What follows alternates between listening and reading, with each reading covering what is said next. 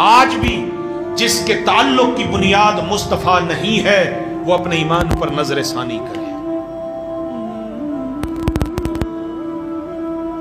حضور کا دشمن ہے، آقا کا مخالف ہے، تاجدار کائنات کی نبوت میں کسی کو شریک ٹھہراتا ہے، اور تو اپنے آپ کو حضور کا عاشق بھی کہلاتا ہے، حضور کا نوکر بھی کہلاتا ہے، حضور کی محبت کا دم بھی بھرتا ہے، آقا کے نام پر انگوٹھے بھی چومتا ہے، حضور کی محبت میں میلاد بھی کرتا ہے، سیرت بھی کرتا ہے، سب کچھ کرتا ہے، لیکن تیرا اٹھنا بیٹھنا اگر مصطفیٰ کے دشمنوں کے ساتھ ہے، تیرا اٹھنا بیٹھنا اس دور کے بدترین فتنہ قادیانیت کے ساتھ ہے اگر،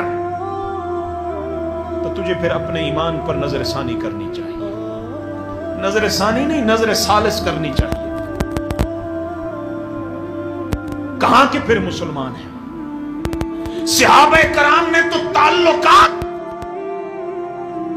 باپ اور بیٹے کے تعلقات مصطفیٰ پر قربان کر دیے، بھانجے اور مامے کے تعلق مصطفیٰ پر قربان کر دیا، بھائی اور بھائی کا تعلق مصطفیٰ پہ قربان کر دیا، اس لیے تو آج تک ان کے تذکرے زندہ ہیں۔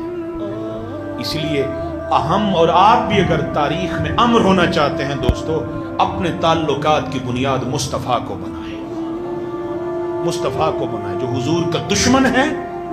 فلا تقعد بعد الذکری مع القوم الظالمین، اس سے تجارت کرنا، اس سے دوستی کرنا، اس کی کوئی چیز لینا، اس کو گھر بلانا، ہوٹل پہ بلانا، چائے پلانا تو دور کی بات ہے، اللہ فرماتا ہے دشمن مصطفیٰ کے ساتھ بیٹھنا بھی تمہارے لیے جائز نہیں۔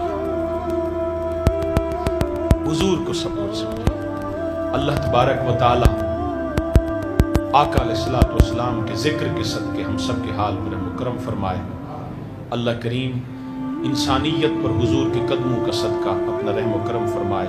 وآخر دعوانا ان الحمدللہ رب العالمین۔ گزشتہ جمعۃ المبارک میں